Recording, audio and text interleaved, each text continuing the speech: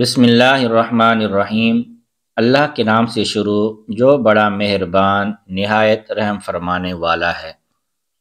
لاکھوں کروڑوں درود و سلام آقا کریم حضرت محمد مصطفیٰ صلی اللہ علیہ وسلم کی ذات پر جو تمام انبیاء کرام کے سردار ہیں۔ ناظرین السلام علیکم ورحمۃ اللہ وبرکاتہ۔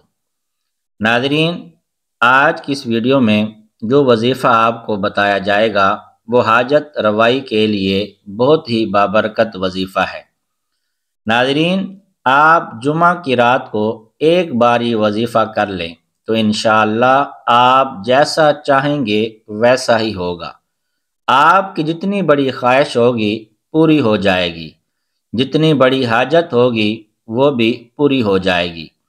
ناظرین، اگر آپ کی کوئی ایسی جائز خواہش ہے جسے آپ پورا کرنے کے لیے بہت جلدی میں ہیں اور آپ چاہتے ہیں کہ آپ کی یہ حاجت، آپ کا یہ مقصد جلدی پورا ہو، تو ناظرین اس کے لیے وظیفہ بہت اہم ہے۔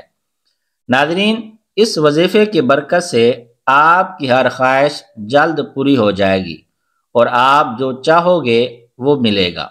لیکن وظیفہ کرنے کے لیے ضروری ہے کہ آپ کے دل میں جو بھی مقصد ہو، جو بھی حاجت ہو، آپ نے اس مقصد کو ذہن میں رکھنا ہے کہ میں نے یہ وظیفہ اس مقصد کے لیے کرنا ہے۔ آپ نے اس مقصد کے لیے دعا کرنی ہے، تو انشاءاللہ ایک بار یہ وظیفہ کرنے سے ہی آپ کا ہر مقصد بہت جلد پورا ہو جائے گا۔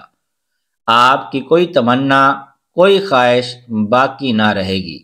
آپ کی کوئی تمنا، کوئی خواہش ادھوری نہ رہے گی۔ ناظرین، آپ نے کرنا یہ ہے کہ جمعہ کی رات کو نماز عشاء کے بعد 4 رکعت نوافل ادا کرنے ہیں، اور آپ نے 4 رکعت نوافل اس طرح ادا کرنے ہیں کہ ہر رکعت میں سورۃ الفاتحہ کے بعد 21 بار آیت کریمہ یعنی لا الہ الا انت سبحانک انی کنت من الظالمین پڑھنا ہے۔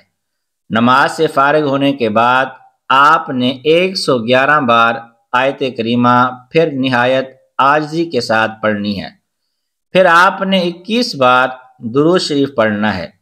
اس کے بعد آپ نے نہایت ہی عاجزی اور انکساری سے آپ کی جو حاجت ہے اس کے بارے میں اللہ تبارک و تعالی سے دعا کرنی ہے۔ انشاءاللہ اس وظیفے کی برکت سے اللہ تبارک و تعالی آپ کی ہر حاجت، آپ کا ہر مقصد اور آپ کی ہر خواہش پوری کرے گا۔